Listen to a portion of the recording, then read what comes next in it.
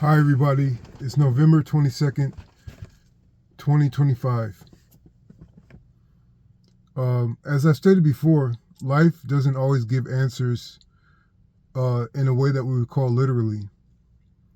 And even when it does give answers, they may be covered up by some of your thought forms that are routine or what you consider normal, but you just can't see the answer that is there because of the way you think, because of the way you assess things, and the way that you summarize things. Um, and this is sometimes no fault of our own. The way that we think is how we function, and that's how we grow, and that's how we learn. That's how we operate inside this world. So, answers I have found are not completely necessary in terms of how you should go about living and how you should go about uh, understanding your feelings and your thoughts. Answers are a luxury, as I would say, because when you are doing the correct thing, when you are trying to live upright, when you are trying to have honor, uh, what will answers do? Answers will give you excuses. Answers will give you um, permission to commit personal life sphere atrocities, because if you have the answers, then you believe that you have to do what it takes to get to that end. And and as we know, people have good intentions many times in this world, but the way that they go about it, because they believe they have the answers, are a lot of times atrocious. Meaning, it commits atrocities. So answers aren't necessarily the answer. Answers are just there as a luxury for those who can handle them, who can earn them. And that gets me to thinking, your assessment of people in your life. Um,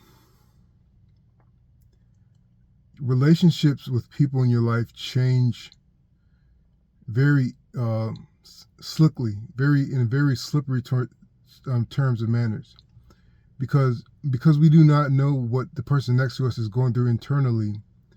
They may be. So let's say you have a friend, and you got always gotten along, and you may know they're going through a tough patch right now, but internally you don't know that they may be changing into somebody who is not up to their current standards. They may have given up. They may have committed themselves to being selfish and to being cutthroat with life because they have been fed. They've become fed up. They've become overwhelmed, and so you may not know this is going on.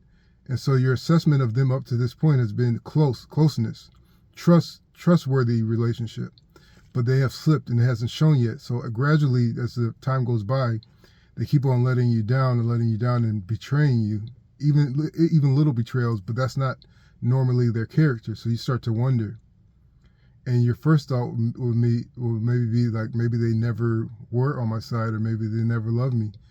But your assessment of them is not always complete because you don't know what's inside, like I said. So what do you do with people though that have turned sour towards you and have changed their character so slickly?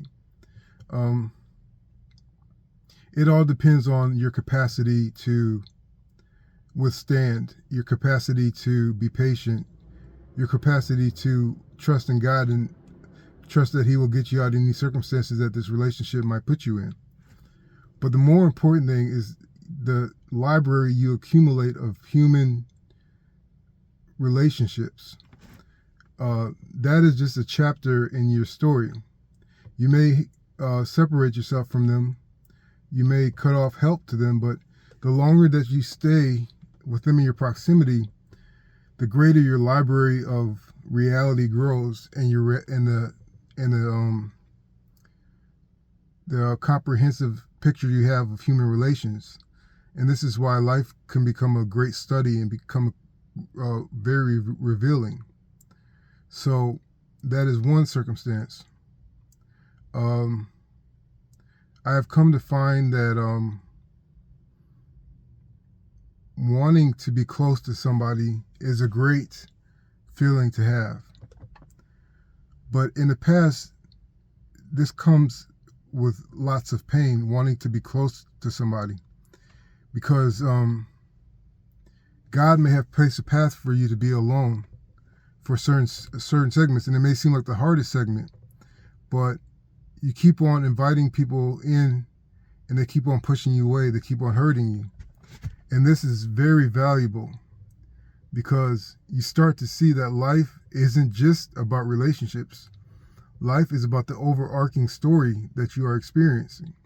Relationships, yes, they are very in your face. They are very tangible. But in the absence of relationships, in isolation, you get to understand that in this realm, your story goes beyond relationships. It goes beyond what people think about you. It goes beyond how people love you. It goes beyond the ceiling of what you thought was possible. So if you can be alone, if you can be isolated and live your life trying to break the ceiling, you will find that the relationships that you wanted that were kept from you weren't necessarily the freedom you were seeking. The freedom you were seeking was being able to live with your life with enough comfort to be effective and to effect change in your life. Relationships are wonderful, but isolation periods are the big meaty section of your life.